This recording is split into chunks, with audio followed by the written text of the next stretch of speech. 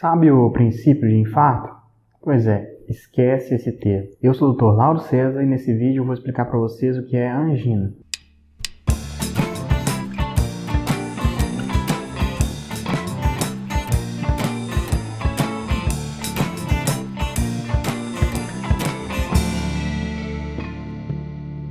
Pessoal, o que nós chamamos de angina é a dor torácica no peito causada por isquemia cardíaca. Tá bom, mas o que é isquemia cardíaca? Isquemia é quando não está chegando sangue suficiente para as células do coração poderem trabalhar e sobreviver. Na maioria das vezes, isso é causado pelo entupimento das artérias coronárias, que são os vasos que levam sangue para as células do coração. Esse entupimento é devido a placas de gordura formadas ao longo de muitos anos, que chamamos de aterosclerose. Então, olha só.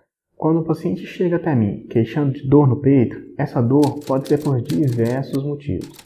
Pode ser muscular, pode ser óssea, pode ser de algum processo pulmonar, enfim, existem diversas causas. Primeiro, eu vou ter que saber identificar se aquela dor é ou não devido à isquemia. Às vezes é fácil e a gente consegue identificar só pelas características da dor e outros dados da anamnese e do exame físico se ela é ou não de origem isquêmica.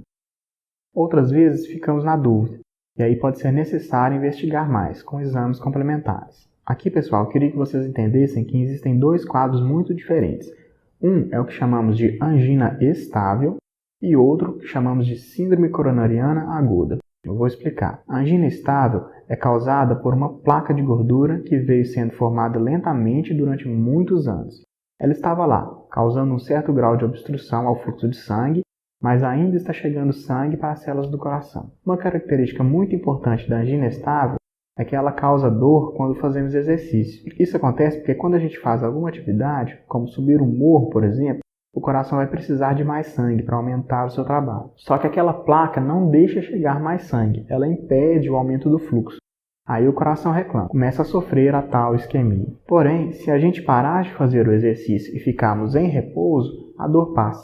Isso acontece agora porque o coração precisa de menos sangue e já está chegando o suficiente. Já a síndrome coronariana aguda é causada por um outro processo. Nesse processo, houve um rompimento da placa de colesterol que estava lá e talvez nem dava sintoma, talvez dava angina ao esforço.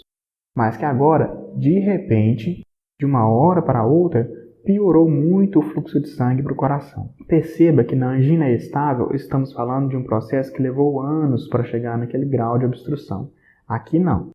De repente, a obstrução aumentou absurdamente, podendo chegar à obstrução total. Nesse caso, a angina, ou seja, a dor causada pela isquemia, não é mais só o exercício, mas acontece mesmo parado. O paciente com esse tipo de quadro deve ir imediatamente ao pronto-socorro. Que não existe o termo princípio de infarto. Porque o que vai dizer se o paciente com síndrome coronariana aguda, ou seja, ele tem a dor e já definimos que essa dor é causada por uma isquemia aguda, o que define se ele teve ou não um infarto é se houve ou não morte de algumas células do coração. Nós identificamos isso através de um exame de sangue.